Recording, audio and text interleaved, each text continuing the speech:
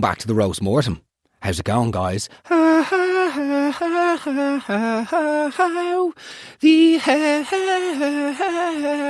hell. Only the loyal listeners will continue going after that. How the hell are you? Welcome back to the Roast Mortem. Mystery Mick, how are we? Very, very well, Mark. How are you? It's 4 days before I take to the stage in a sold-out Olympia Theatre. It is so exciting. The stuff of dreams. How are you feeling? Feeling nervous, feeling anxious, feeling like a cornered rat. Oh. We all know what happens to Mark when he gets scared. He doesn't turn the knife on himself. You're the type of person that turns the knife on himself. I turn it on everybody else.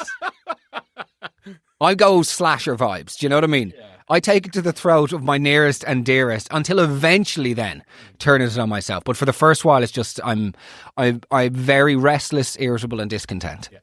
And nervous, but very excited at the same time. Look, you have that awareness and it's all going to go great. I have a few surprises in store. Really? Yeah, and if I pull them off, there's one particular surprise that I have planned for Saturday night. And to anybody who's coming to the Olympia Theatre, if this happens, it'll be quite the coup. Yeah. So I'm really looking forward to it. No, it's going to be a really, really special night. Tell me this. You wanted me to do the podcast today on Brooklyn Beckham. Yeah, I just think as boys who have come from a certain level of privilege, our insight would be unique. And well, I don't think our insight's unique. I think that my whole problem with the Brooklyn Beckham thing is that nobody's perspectives are valid or needed. And this is, well, the wider problem, of course, is with anything that occurs at all in the world at the moment, there's just a cacophony of fucking opinion from everybody. Everybody has to lend their, we're a gardening company. Let's post a fucking video of, we're available for gardening on the weekend and we just hope there won't be any inappropriate dances with the mother. Cancel the gardening business. I'm going to have Dermot Gavin defecate on your end of year books. It's over. Everybody has to be involved in everything. I'm sick of it.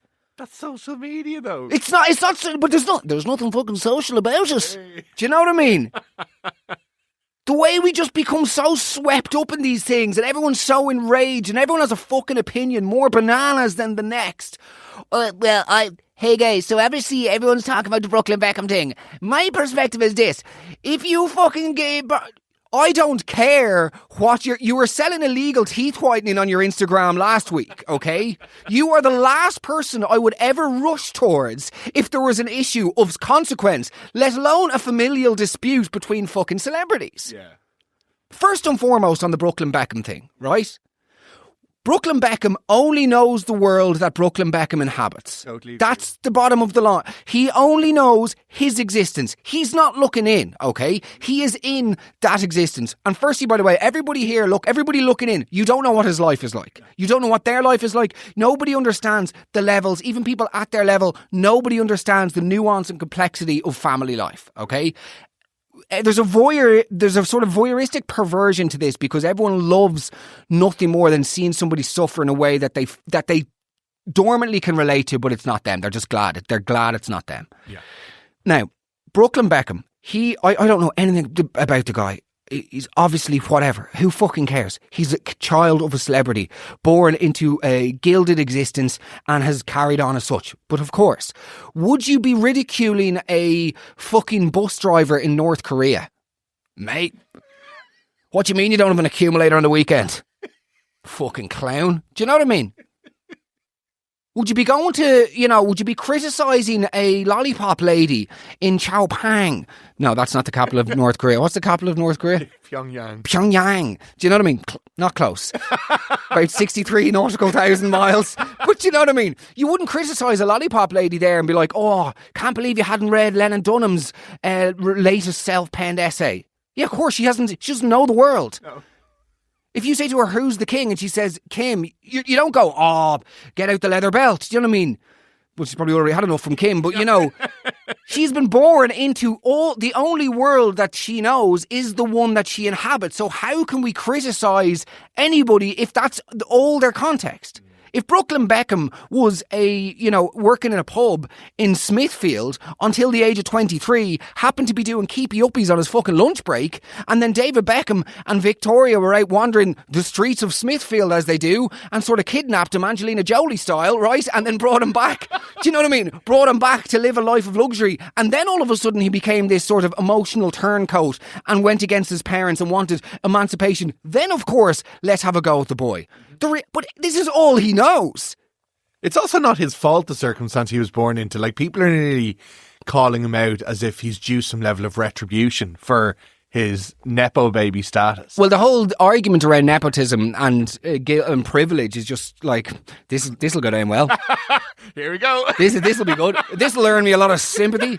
No, but like, the whole idea of, do you remember I did Blind Boys podcast 2 or 3 years ago, 2 years ago, talking about the book, and it was a very uncomfortable conversation, and I was being honest, it was the first time I'd ever spoken publicly about like addiction and all of this.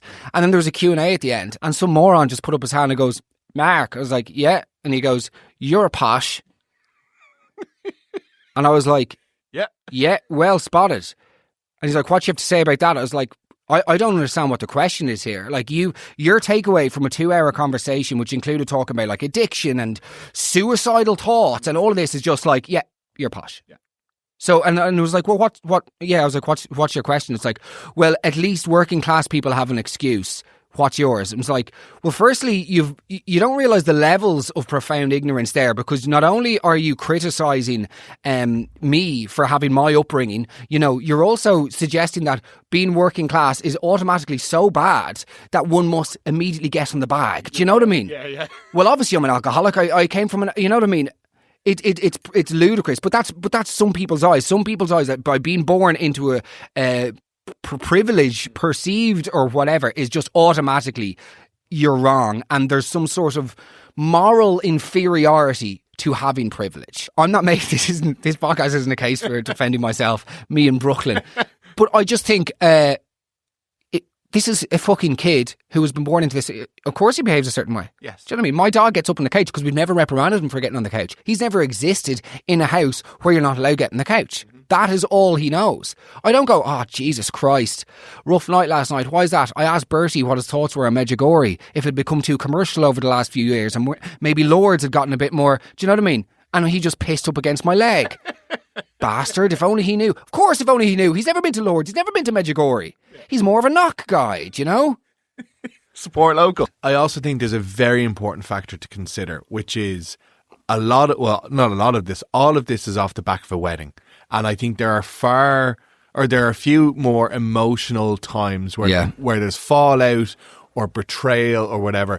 The feeling is so deep and hurtful. And I think that, like, everyone just sees it as posh family gets married and they have a big piss. Yeah. But, like, if someone feels hard done by at their wedding, it's a very tough thing to get over, I feel like. Yeah, is that you sort of planting the seed in my head to do a very good job as the officiator? Don't do the accent. I'm doing the accent. Ladies and gentlemen, we are gathered here today, shredded for the wedding. Dearly beloved, we are gathered here today to celebrate Mr. Remik and his gorgeous wife to be Kate. Kate has the blonde hair and the bosom. A very good bosom. I shall probably stop talking about your fiance's bosom in the podcast. It is, how you say, inappropriate. Hey, ladies and gentlemen. No.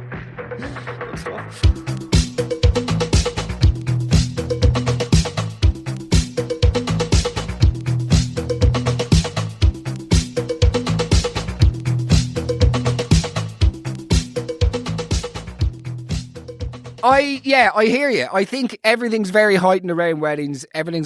But again, it just comes back to this. It's family's fucking complicated. Yeah. The biggest mistake idiots make. And I think the greatest way to tell, if you're talking about something, right, and if you want to establish whether or not they're an idiot, see if they can only apply their experience to the rest of the world in order to make sense of it, then unfortunately there's no point in continuing the conversation. For instance, if they can only speak in analogies from personal experience, so they'll go, well, think about it like Brooklyn Beckham, like, imagine me doing that to my mum. No, but I don't need to imagine you doing that to your mum. Do you know what I mean? These are different people who have had a different life with different experiences. It's like whenever people talk about sexual assault stuff, they go, Jesus Christ, imagine that was your sister. I don't need to imagine that to be my sister to know that that's not something to do. Empathy can extend beyond your own immediate family unit, do you know? And these people have lived a very different life to you. You've never experienced what the Beckhams have experienced. You've never experienced that level of fame, the scrutiny, the fucking media, all that sort of nonsense, right? So you don't know. And it's not the same. None of it's the same. Yeah. But we don't want nuance. Here we go. Fucking may as well throw a stick of dynamite into this before the live show. Kanye came out with an apology. Yeah, and unsurprisingly, nobody wants to hear it.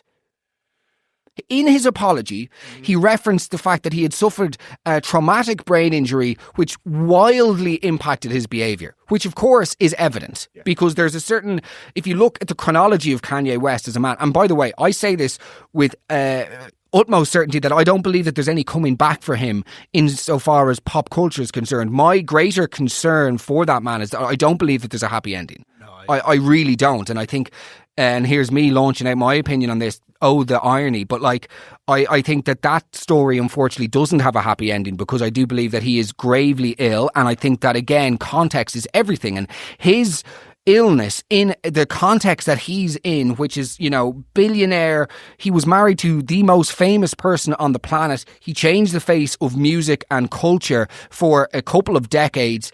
I mean, he was and is, my belief, the architect of he is fucking Da Vinci, do you know what I mean, of our time in terms of what he's achieved. But unfortunately he suffered loss, tragedy with his mum and obviously the car accident, but also just lost his fucking shit and was surrounded by the wrong people and then ultimately behaved in deplorable ways. Like, I am talking deplorable. Everybody knows, we're all aware of the stuff that he is, the anti-Semitism stuff, just horrendous stuff around family and experiences as a child and just, really, really difficult things that he's behaved like. I'm not talking about Kanye deserves just like a carte blanche for anything like that. But what's the point in having conversations around mental health if somebody openly comes out and cites very credible reasons as to why their mental health has been dramatically impacted, right? So he suffered a traumatic brain injury. He suffers from bipolar disorder. Do you know what I mean? And a particular type that, because it is a thing that there are untreatable bipolar disorders. There are people who receive treatment and even with that treatment, they still experience manic episodes that last for months on end. Not like, oh, you were in a good mood for the afternoon, Jesus, Mark, you must be manic. That's not how it works. Do you know what I mean? So I think it's a really, really sad story. But what I think is even more sad is that, and from talking to people I know with bipolar, particularly people who have gone through serious manic outbursts, almost what's worse than the actual outburst themselves is the shame thereafter, and the shame of what you've done and what you've said and how you've behaved once you've come down, and the relationships that you've utterly eroded and stuff. So I guess my point with this is I do find it interesting with mental health the way people don't seem to want there to be. They're like, oh no, but I know someone bipolar, they never courted Nazis. It's like, yeah, but do you know someone bipolar who's also a billionaire, who's also come from poverty, who also, has done all of this and lived this? No, you don't. Why is it that whenever people want to talk about mental health, they want to talk about it in a way that's, well, I know someone with depression, so it has to look like that? I agree. And the problem with celebrities as well is there's this pantomime around them as well. So like when you see people legitimately struggle, you just don't take it as seriously as if... Watch the Amy Winehouse documentary. Yeah. It'll break your fucking heart. The examples are there over and over again, and we fucking suck everything out of these people and watch them bleed, and nobody gives a fuck, and then they die and the streets are lined with sympathy. I had the same fucking journalists, by the way, if you can call them that, who were writing like outrageously mean and vicious and disgustingly insensitive tweets about Sinead O'Connor, when Sinead O'Connor was very clearly suffering from some form of psychiatric illness, okay? And she was acting out, shall we say, on social media and pushing up stuff that would be very at odds with the Sinead O'Connor that was, whatever. And they were writing like articles about it. She's on one again, blah, blah. Someone take the phone off her, ha, ha, ha. Then she dies and they're calling to give, Yeah. It's just disgrace. I just think it's absolutely sickening. They'll wait until the worst happens and then they'll come in with the misunderstood. Why not try and understand them now? And by the way, again, understanding Kanye doesn't mean put this guy back. He needs to be as far away from the fucking public light as possible. This is just an individual who was, as I say, I believe, gravely mentally ill. But if somebody, if he's experienced if he is going through a bit of, shall I say, sobriety, I think that should be nurtured, and then hopefully he can get treatment in private. And, people can acknowledge, you don't need to forgive him. You don't need to excuse his behaviour for what he's done. But you can at least acknowledge that this is a very sick person, behaved in very sick ways, and they're going to try and get themselves some help. Rather than assigning an amorality to the behaviours that you deem to be particularly harsh. Because you don't do that to other people with mental health issues or other behaviours that are an offshoot of mental health treatment or illness. Well, it's easier. Sorry, this is a comedy podcast, isn't it? So, Mr. Mick. Yes. Now that we've solved mental health, feels good, actually. Yeah. If anything, I feel self-important. Well done, us. I think we need more men like me. I've always said that. Nevertheless, you're departing us next week. I am. Not forever. No. Just a week. Just a week. You are doing what every sort of middle-class man does once he has a little bit of disposable income in the latter part of his 20s/early 30s. You get a sudden surge of youthful exuberance come mid-January and go, do you know what? Will we just book a fucking ski trip, lads? Once you've realised the old cycling shorts and the coffees and all the rest aren't for you, you go, do you know what, lads? Is anybody else just thinking, let's do a fucking long weekend in VT? Monzo, is your missus letting you off that leash yet? Are you allowed to come out for a few swidgos? Well, no, she's still in the coma, so I probably can't venture too far away. Man, VT, it's one flight and a private transfer like you'd be at. Yeah, grand, book the fucking flights. By the way, definitely not doing a Ryanair jobby on this one. Do you remember that poor girl I was sitting beside on the way back from Bruce's wedding? Now, look, I know it was his mum, but still, she's, man, it must have been the summer heat or something, but there was a Tuscan scent from her undercarriage that would knock out a fucking absolute crowd. And do you know what I mean? So Michael's off with a few boys going, yeah, nothing, to be honest with you now, I wouldn't be the biggest skier in the world myself, but I'd be a fan of the old après, as I like to call it. No, that's what they call it. That's not a nickname you've come up with for drinking after skiing. It's called après ski.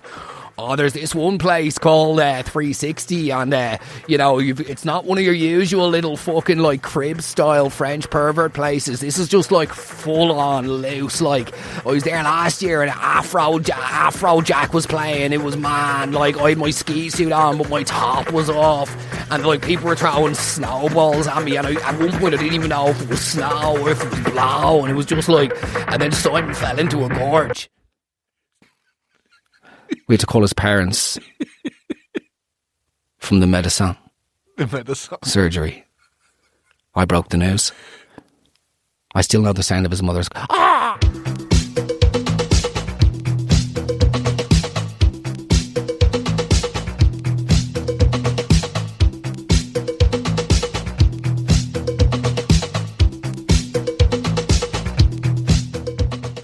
I would do a ski trip with you, but you strike me as a bit of a What you mean?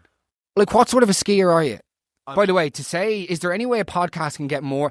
Us opening up the podcast, talking about privilege, and then and then the second half we'll be criticising each other's skiing form. Do you know what I mean? I'm an excellent skier, Mark. Are you? I'm a very, very good skier. I know you're used to for things going downhill. In terms of life. Addiction. Yeah, addiction. Life going out of control. Yeah. Would you be a good skier? I am a very good skier. Okay. I'd be first skiing holiday, I was 7. Oh, wow. Wealthy. Pretty regularly from there, yeah. But then there was a gap, wasn't there? There was. You didn't go from 27 to 2012. There was no little jumps over to Austria then. We didn't see Morzine then. We didn't go to Obergurgl for those years. There was 1 year in Bulgaria and then nothing. Yeah, literally. We did summer and Christmas in Bulgaria 2008. Dad showed us this lovely apartment. Yeah. Still has it. What's left of it? This is This is wild. Yeah, like heading over there, Dennis. Do you know Dennis? He's in KPMG. He's a good lad, but his parents basically have a chalet there it's in the Three Valleys for sure. I just don't know exactly where. But like we just went over, man. There was a group of English girls on the lift behind us last year. We were getting the chair. Like, obviously, we didn't chat to them or anything, but like Mezzo got a few snowballs and he fucking threw them over and ended up actually taking one of their eyes out. There was an ice in the snowball, so that went through the civil courts. 32 grand. Out of court settlement. She can't see anymore, so it was a good trip though. The Toblerones were expensive in Geneva. What do you like as a skier? I'm unbelievably good. People always surprised with this. Things that I'm really good at that people expect me not to be. Reproducing. Skiing. Table tennis. Yeah, you've said that before. Yeah. Cooking. Swimming. Sailing. Running. You're a phenomenal runner. Thank you. From all the problems. Brilliant. Brilliant. Do you know what I mean? Oh, you'd be good at that, running. Yeah, any chance of support? Do you know what I mean? I'd say you'll be good at running from all those problems. Yeah, Mum, I wouldn't mind a bit of therapy. Do you know what I mean? Other things that I'm good at that people... Go on. People always don't expect you to be as tall as you are. Yeah, very tall. I think I just give off small dick energy. But that's the thing. It's the sort of... It's the Napoleon-esque... it's the sort of Napoleon-esque, like, ratty... I hate the world. Like, sort of like, was I bullied in gym class? It's that energy. Yeah. But then they meet me and they're like, Jesus, yeah, actually a relatively, comprehensive, like Michael Collins, the big fella. Okay, yeah. So, interesting. Similar guys. Weird comparison. Why is it a weird comparison? He's a relative in ways. He was in your house, or are you in your grandfather's? Yeah, no, like I just went on a Sky Scanner there. There's a place in Germany called Busala, and apparently they do these pints, right? And the pints are basically, like gimps that get excited by big pints. Oh man, you get these glasses and it's like a full-on tumbler, and like it's only 9 snids a one, and you get it, you have that at lunch, and then you have to ski down the mountain afterwards. We were there last year and Leamy was there. Man, he went into the trees, right? Honest to God, head first, played into a chestnut. We had the funeral in the airport. We all threw a Toblerone into the grave as they lowered down his corpse. See you, Leames. But we'll probably go again next year now. Okay, Michael has insisted that we talk about funny things at this part of the podcast because he said that the first third of this was far too sanctimonious, and I've already going to accrued both lost listeners and accrued more haters as a result of my the beliefs that I espoused. So, what do you want to talk about? Oh, let's talk about the fucking flooding yesterday, the weather. Brilliant. Fucking flood Mayweather. Do you know what I mean? Oh, brilliant. You strike me as some sort of fucking flood expert, though, for some reason. Well, I've had very recent experience, Mark. Yeah. Nearly lost my home. Did you? Yes, I did. The one you inherited for free? No. Shut up. This is supposed to be not about the... Oh, yeah, okay. Go back to the skiing. Yeah. We lost our power for 2 hours. Did you? And not just our power, we lost our everything. Water, power and our phone service. Oh, wow. Yeah. Darren started panicking, which wouldn't be like her. There were more candles lit than a genuine missing 9-year-old. There are visuals with missing 11-year-olds that have less candles than what Darren went through yesterday. We even got the good candles out. Oh, God. The Joe Malone ones that you received for Christmas 6 years ago that you're still waiting for apparently the right occasion to fucking light. So yeah, they're genuinely vigils. It was like a scene from Gone Girl. Oh. Albeit with a more mental wife. Am I right? That was an average film, by the way. It was. Worst book, average movie. Yeah. Girl on the Train, don't even get me started. To be blunt, Emily. Oh. Nevertheless. How did you manage it? The power and all the utilities out? Yeah, fine. Yeah. I just rehearsed. Okay. See, I'm a thespian. I'm an artist, Michael. Okay. I actually thrive and survive better without the trappings of technology. I can use them as a creative tool whenever I want to my advantage, but otherwise I am perfectly content with the pen and a pad. That is why people dislike me.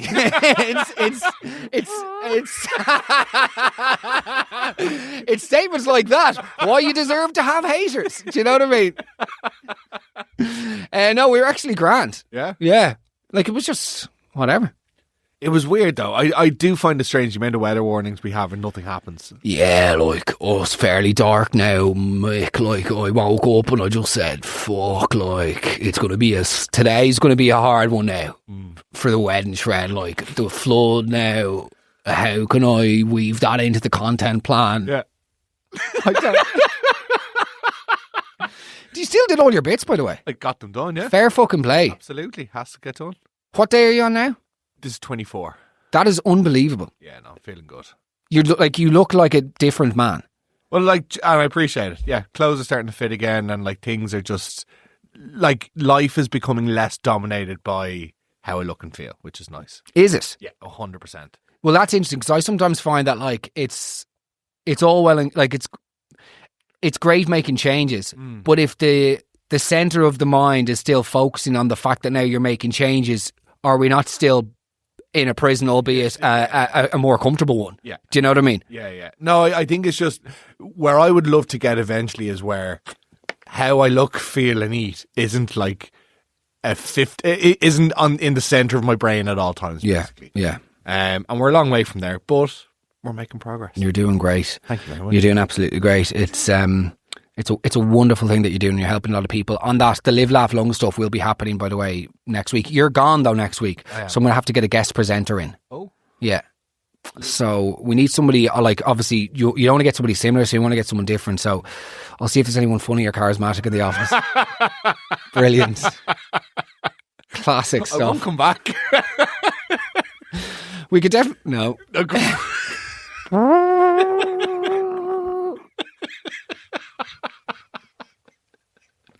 You're just making friends today. Oh, I'm fucking gone. I think I need to go and rehearse. Guys, look, it's over, okay? It's over. The podcast today is over. I have to go and rehearse. I'm doing the Olympia Theatre on Saturday. It's the fucking biggest moment of my career. So my head has been gone. My head has sort of been gone for most of January, to be brutally honest with you. Between Baby Rosie and some other bits going on, as well as then the Olympia, it's just been a chaotic month. And we've lots of plans for 2026, but everything has had to have been paused until February, you know, which is the reality. And it's great then, obviously, that the first week of February, when we're really ready to hit the ground running, fucking Mystery Leinster over here is heading off with Isaac Boss and whoever else, you know, fucking... That's worse than Luke Chapman. Peter Stringer's nephew to fucking go on a ski trip with the lads. However, we appreciate your patience. We've got a new studio. There's lots of exciting things in the works. And I promise you, give it 14 days and things will be very, very different. Mind yourselves. To everyone coming to the Olympia, I appreciate it. To everybody who's not coming to the Olympia around the country, let me know where you would like to see the House of Balloons next, because there's talk of Cork and Galway again, but there was also talk of Kerry. Oh. And there was also talk of Mayo, and there was talk of Clare, and there was talk of Athlone and Waterford. So let us know wherever you are and whoever you're there with. Mind yourselves. Take care. See you on the other side.